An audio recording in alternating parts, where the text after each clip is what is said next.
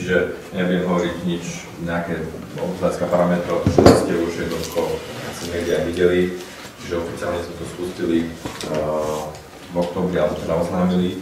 Na trh Pepson 2 príde niekedy v prvej polovici januára, čiže už máme si objednané aj čiernu, aj bielu, aj 64 a 32 typov verziu. Preto sme to doniesli, aby sa kľudne s tým takto rýchlo nejak mohli aspoň na trochu zoznámiť.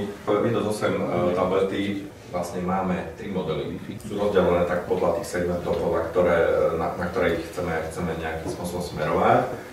Sú to 3 série, tzv. VivoTab Smart 400, potom VivoTab RT 600 a VivoTab 810. Ja len naozaj veľmi nejak telegraficky, aké sú medzi nimi rozdiely. Tuto, čo na stole vidíte, obidva tieto modely sú 810. Je to jediný model z týchto troch na obrazovku, alebo teda displej až 11,6.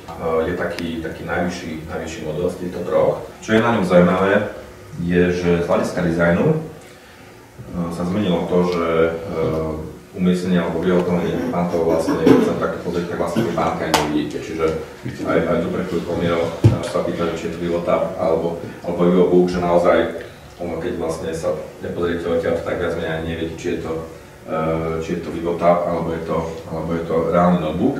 Čiže naozaj tie skryté pánty, je to taká dizajnová novinka. Z hľadiska teda operačného systému, tak samozrejme tá najväčšia zmena je v operačnom systéme.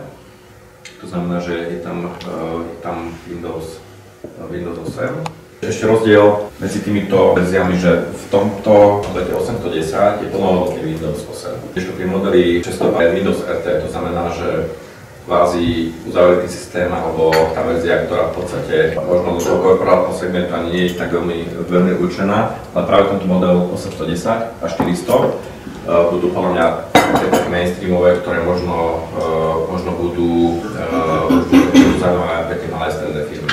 Ďalšie nejaké rozdiely, okrem toho, že teda operačný systém 400 a 810 má normálny Windows 8, 600 má Windows RT.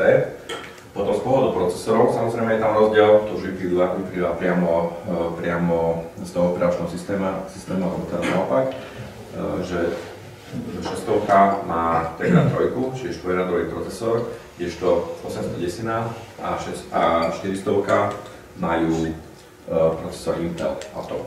Takže to sú také ďalšie dva rozdiely. 400 a 600 sú 10-palcové, takže to sú také z hľadiska nejakého odlíšenia. Budeme mať samozrejme zo všetkých tých troch modelov k dispozícii sample.